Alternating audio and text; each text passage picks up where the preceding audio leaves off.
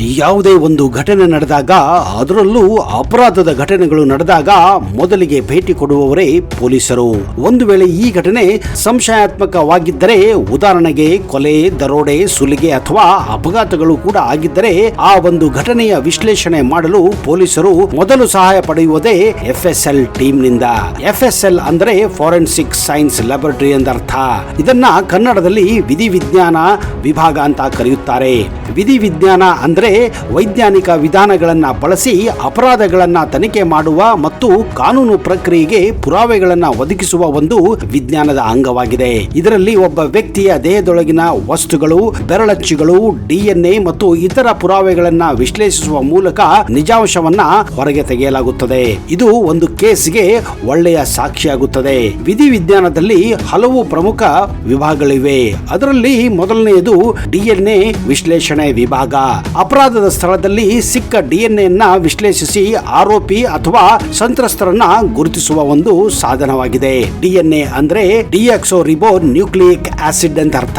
DNA profiling ತಂತ್ರಜ್ಞಾನವನ್ನ ಅಪರಾಧ ತನಿಖೆಯಲ್ಲಿ ಅತ್ಯಂತ ಉಪಯುಕ್ತ ಸಾಧನವೆಂದು ಕೂಡ ಪರಿಗಣಿಸಲಾಗುತ್ತದೆ. ಕರ್ನಾಟಕದ ಬೆಂಗಳೂರಿನ ರಾಜ್ಯ ವಿಧಿವಿಜ್ಞಾನ ಪ್ರಯೋಗಾಲಯದ DNA ವಿಭಾಗವು 2008ರಲ್ಲಿ ಕಾರ್ಯನಿರ್ವಹಣೆ ಮಾಡಲು ಆರಂಭಿಸಿತ್ತು. ಅಂದಿನಿಂದ ಇದು ಪೋಷಕರ ವಂಶಾವಳಿ, ಅತ್ಯಾಚಾರದಲ್ಲಿ ಭಾಗಿಯಾಗಿರುವ ವ್ಯಕ್ತಿಗಳ ಗುರುತಿಸುವಿಕೆ, ಸಾಮೂಹಿಕ ಅತ್ಯಾಚಾರ ಪ್ರಕರಣಗಳು, ಕೊಲೆ ಪ್ರಕರಣಗಳು, ಸಾಮೂಹಿಕ ವಿಪತ್ತುಗಳ ಸಮಯದಲ್ಲಿ ಚೇತರಿಸಿಕೊಂಡು ಗುರುತಿಸಲಾದಂತಹ ದೇಹಗಳು ಮುಂತಾದ ಹಲವಾರು ವಿಚ್ಛಿನ್ನ ರೀತಿಯ ಪ್ರಕರಣಗಳನ್ನ ಪರಿಹರಿಸುವುದರಲ್ಲಿ ಅಗಾಧ ಕೊಡುಗೆಯನ್ನ ನೀಡಿದೆ.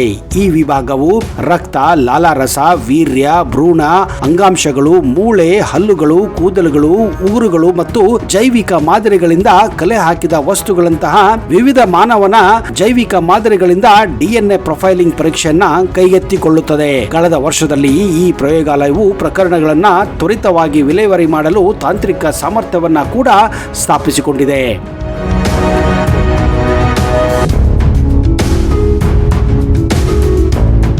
ಬೆರಳಚ್ಚು ವಿಶ್ಲೇಷಣೆ ವಿಭಾಗ. ಅಪರಾಧ ಸ್ಥಳದಲ್ಲಿ ಸಿಕ್ಕ ಬೆರಳಚ್ಚುಗಳನ್ನ ಅಂದ್ರೆ ಫಿಂಗರ್ ಪ್ರಿಂಟ್ಸ್ ಗಳನ್ನ ಆರೋಪಿಗಳ ಬೆರಳಚ್ಚಿನೊಂದಿಗೆ ಹೋಲಿಕೆ ಮಾಡುವುದು ಇದರ ಮುಖ್ಯ ಉದ್ದೇಶವಾಗಿರುತ್ತದೆ. ರಕ್ತ ವಿಶ್ಲೇಷಣೆ ವಿಭಾಗ. ಇದು ರಕ್ತದ ಕಲೆಗಳು, ರಕ್ತದ ವಿಧ ಮತ್ತು ಮದ್ಯಸಾರದ ಮಟ್ಟವನ್ನ ಪರೀಕ್ಷಿಸುತ್ತದೆ. ವಿಷ ವಿಜ್ಞಾನ ವಿಭಾಗ. ಟಾಕ್ಸಿಕಾಲಜಿ. ದೇಹದಲ್ಲಿ ಕಂಡು ಬರುವ ವಿಷ ಹಾಗೂ ಮದ್ಯಪಾನ ಮತ್ತು ಹಾನಿಕರ ವಸ್ತುಗಳ ಕುರುಗಳನ್ನ ಇದು ಪರೀಕ್ಷೆ ಮಾಡುತ್ತದೆ. ಆಡಿಯೋ ವಿಡಿಯೋ ವಿಧಿವಿಜ್ಞಾನ ವಿಭಾಗ.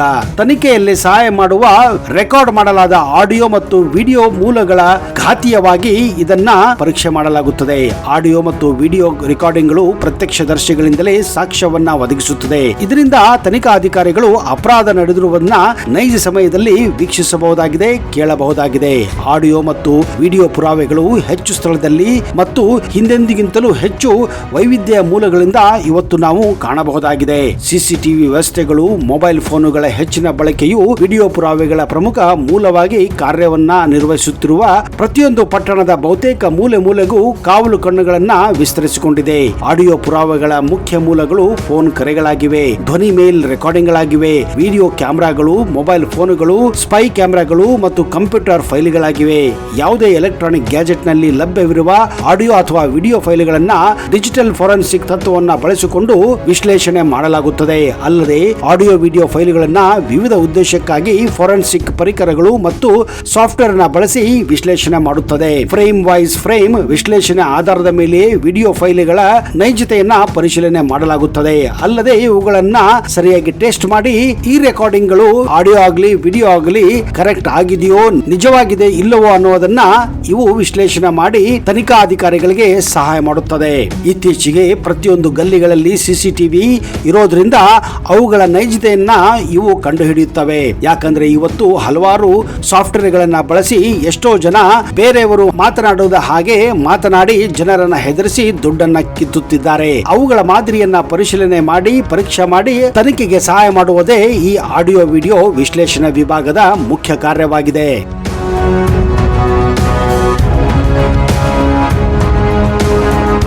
ಜೀವಶಾಸ್ತ್ರ ವಿಭಾಗ ಜೀವ ರಾಸಾಯನಿಕ ತಂತ್ರಗಳನ್ನ ಬಳಸಿಕೊಂಡು ಜೈವಿಕ ಸಂಯೋಜನೆ ಅಥವಾ ಗುಣಲಕ್ಷಣಗಳಿಗಾಗಿ ಭೌತಿಕ ಪುರಾವೆಗಳ ಗುರುತುವಿಕೆ ಮತ್ತು ವಿಶ್ಲೇಷಣೆಯನ್ನ ಸ್ಥಾಪಿಸುವುದು ವಿಧಿವಿಜ್ಞಾನ ಜೀವಶಾಸ್ತ್ರದ ಗುರಿಯಾಗಿದೆ.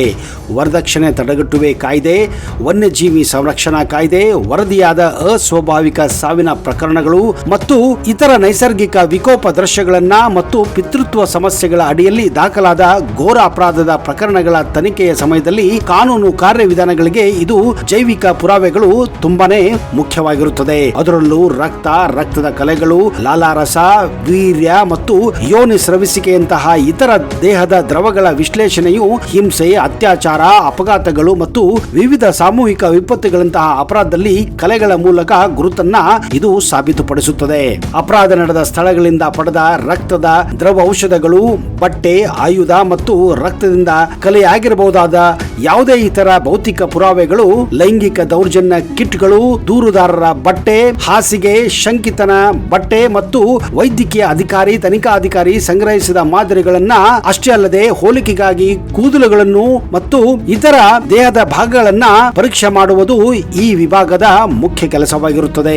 ಇವುಗಳನ್ನೆಲ್ಲ ವಿಶ್ಲೇಷಿಸಿ ಇದರ ರಿಪೋರ್ಟ್ ಅನ್ನ ತಯಾರಿ ಮಾಡಿ ತನಿಖಾಧಿಕಾರಿಗಳಿಗೆ ಡೀಟೇಲ್ಸ್ ಕೊಡುವುದು ಈ ವಿಭಾಗದ ಮುಖ್ಯ ಕೆಲಸವಾಗಿದೆ. ರಸಾಯನಶಾಸ್ತ್ರ ವಿಭಾಗ ಅಪರಾಧ ಸ್ಥಳದಿಂದ ತರಲಾದ ಸಾಕ್ಷ್ಯಗಳ ಸ್ವರೂಪವನ್ನ ವಿಧಿವಿಜ್ಞಾನದ ರಸಾಯನಶಾಸ್ತ್ರವು ಗುರುತಿಸುತ್ತದೆ. ಈ ವಿಭಾಗವು ಐಪಿಸಿ, ಅಪರಾಧ ದಂಡ ಸಂಹಿತೆ, ಸಿಆರ್ಪಿಸಿ ಅಡಿಯಲ್ಲಿ ದಾಖಲಾದ ಪ್ರಕರಣಗಳ ಪರೀಕ್ಷೆಯನ್ನ ಕೈಗೊಳ್ಳುತ್ತದೆ ಮತ್ತು ಸ್ಫೋಟಕ ಕಾಯ್ದೆ, ಸ್ಫೋಟಕ ವಸ್ತುಗಳ ಕಾಯ್ದೆ, ಕಲಬೆರಕೆ ಕಾಯ್ದೆ, ಅಗತ್ಯ ಸರಕು ಕಾಯ್ದೆ, ವರದಕ್ಷಿಣೆ ನಿಷೇಧ ಕಾಯ್ದೆ, ಸಿಗರೇಟ್ ಮತ್ತು ಇತರ ತಂಬಾಕು ಉತ್ಪನ್ನಗಳ ಕಾಯ್ದೆ, ಲೈಂಗಿಕ ಅಪರಾಧಗಳಿಂದ ಮಕ್ಕಳ ರಕ್ಷಣೆ ಅಂದ್ರೆ ಪೋಕ್ಸೋ, ಕರ್ನಾಟಕ ಅಬಕಾರಿ ಕಾಯ್ದೆ, ವನ್ಯಜೀವಿ ರಕ್ಷಣಾ ಕಾಯ್ದೆಯಂತಹ ವಿವಿಧ ಕಾಯ್ದೆಯೊಂದಿಗೆ ಇದು ಕಾರ್ಯವನ್ನ ನಿರ್ವಹಿಸುತ್ತದೆ.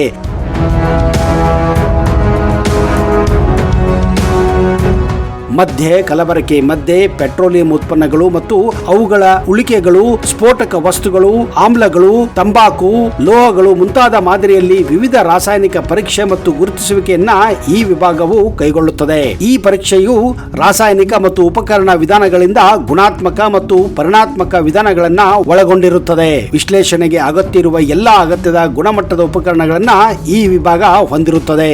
ವೈಜ್ಞಾನಿಕ ವಿಧಾನದಲ್ಲಿ ಸಾಕ್ಷ್ಯಾಧಾರಗಳನ್ನು ಸಂಗ್ರಹಿಸಲು ಮತ್ತು ಸಹಾಯ ಮಾಡಲು ಅಪರಾಧ ಸ್ಥಳಗಳಿಗೆ ಭೇಟಿ ನೀಡುವ ಅಧಿಕಾರಿಯು ತನಿಖಾಧಿಕಾರಿಗಳಿಗೆ ತನಿಖೆಯಲ್ಲಿ ಇವರು ಸಹಾಯ ಮಾಡುತ್ತಾರೆ. ಕಂಪ್ಯೂಟರ್ ಫೋರೆನ್ಸಿಕ್ ವಿಭಾಗ ಕಂಪ್ಯೂಟರ್ ಫೋರೆನ್ಸಿಕ್ ಅಂದ್ರೆ ನ್ಯಾಯಾಲಯದಲ್ಲಿ ಪ್ರಸ್ತುತಿಗೆ ಸಹಾಯವಾದ ರೀತಿಯಲ್ಲಿ ನಿರ್ದಿಷ್ಟ ಮೆಮೊರಿ ಸಂಗ್ರಹದ ಸಾಧನದಿಂದ ಪುರಾವೆಗಳನ್ನ ಸಂಗ್ರಹಿಸಿ ಸಂರಕ್ಷಿಸಲು ತನಿಖೆ ಮತ್ತು ವಿಶ್ಲೇಷಣಾ ತಂತ್ರಗಳನ್ನ ಇಲ್ಲಿ ಅನ್ವಯಿಸಲಾಗುತ್ತದೆ.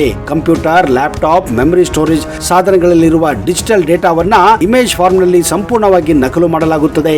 ಅಧಿಕಾರಿಗಳು ಮೂಲ ಪುರಾವೆಗಳನ್ನ ಇಲ್ಲಿ ಸಂರಕ್ಷಿಸುತ್ತಾರೆ. ಇದು ಅನೇಕ ರಕ್ಷಣಾ ಸವಾಲುಗಳನ್ನ ಎದುರಿಸುತ್ತದೆ ಮತ್ತು ಡೇಟಾ ನಾಶ ಮತ್ತು ಕುಶಲತೆಯ ಸಾಧ್ಯತೆಯನ್ನ ಇದು ನಿರಾಕರಿಸುತ್ತದೆ.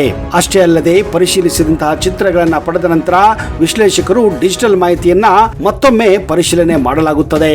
ಅಷ್ಟೇ ಅಲ್ಲದೆ ಕರ್ನಾಟಕದ FSL ವಿಭಾಗದಲ್ಲಿ ಇನ್ನೂ ಅನೇಕ ವಿಭಾಗಗಳಿವೆ. ಉದಾಹರಣೆಗೆ ಮಾದಕ ದ್ರವ್ಯ ವಿಭಾಗ, ಮೊಬೈಲ್ ಫೋರೆನ್ಸಿಕ್ ವಿಭಾಗ, ಬಂದೂಕು ಫೋರೆನ್ಸಿಕ್ ವಿಭಾಗ, ಭೌತಶಾಸ್ತ್ರ ಫೋರೆನ್ಸಿಕ್ ವಿಭಾಗ, ಮನೋವಿಜ್ಞಾನ ವಿಭಾಗ, ವಿಷ ವೈದ್ಯಶಾಸ್ತ್ರ ವಿಭಾಗ.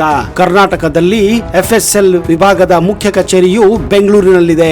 ಅಷ್ಟೇ ಅಲ್ಲದೆ ರಿಜಿನಲ್ ಫೋರೆನ್ಸಿಕ್ ಲ್ಯಾಬೊರೇಟರಿಗಳು ಬಳ್ಳಾರಿ, ಬೆಳಗಾವಿ, ದಾವಣಗೆರೆ, ಕಲಬುರಗಿ, ಧಾರವಾಡ, ಹುಬ್ಬಳ್ಳಿ, ಮಂಗಳೂರು ಹಾಗೂ ಮೈಸೂರಿನಲ್ಲಿವೆ. ವಿವಿಧ ವೈಜ್ಞಾನಿಕ ಪ್ರಯೋಗಾಲಯಗಳಲ್ಲಿ ಕಾರ್ಯನಿರ್ವಹಿಸುವುದು, ಪೊಲೀಸ್ ಇಲಾಖೆ ಮತ್ತು ಕಾನೂನು ಸಂಸ್ಥೆಗಳಿಗೆ ತನಿಖೆಯಲ್ಲಿ ಸಹಾಯ ಮಾಡುವುದು, ನ್ಯಾಯಾಲಯದಲ್ಲಿ ತಜ್ಞರಾಗಿ ಸಾಕ್ಷ್ಯವನ್ನ ಒದಗಿಸುವುದು ಈ ವಿಧಿವಿಜ್ಞಾನ ಸಂಸ್ಥೆಯ ಒಂದು ಮುಖ್ಯ ಉದ್ದೇಶವಾಗಿದೆ. ಇದು ಕಾನೂನಿನ ಬಲವಾದ ಅಂಗವನ್ನ ಇನ್ನಷ್ಟು ಬಲಪಡಿಸಿದೆ. DNA, ಫಿಂಗರ್ ಪ್ರಿಂಟಿಂಗ್ ನಮಗೆ ಇಲ್ಲಿಯವರೆಗೆ ತಿಳಿದಿಲ್ಲದ ಅಪರಾಧಿಗಳ ಗುರುತನ್ನ ಇದು ನೀಡುತ್ತಿದೆ.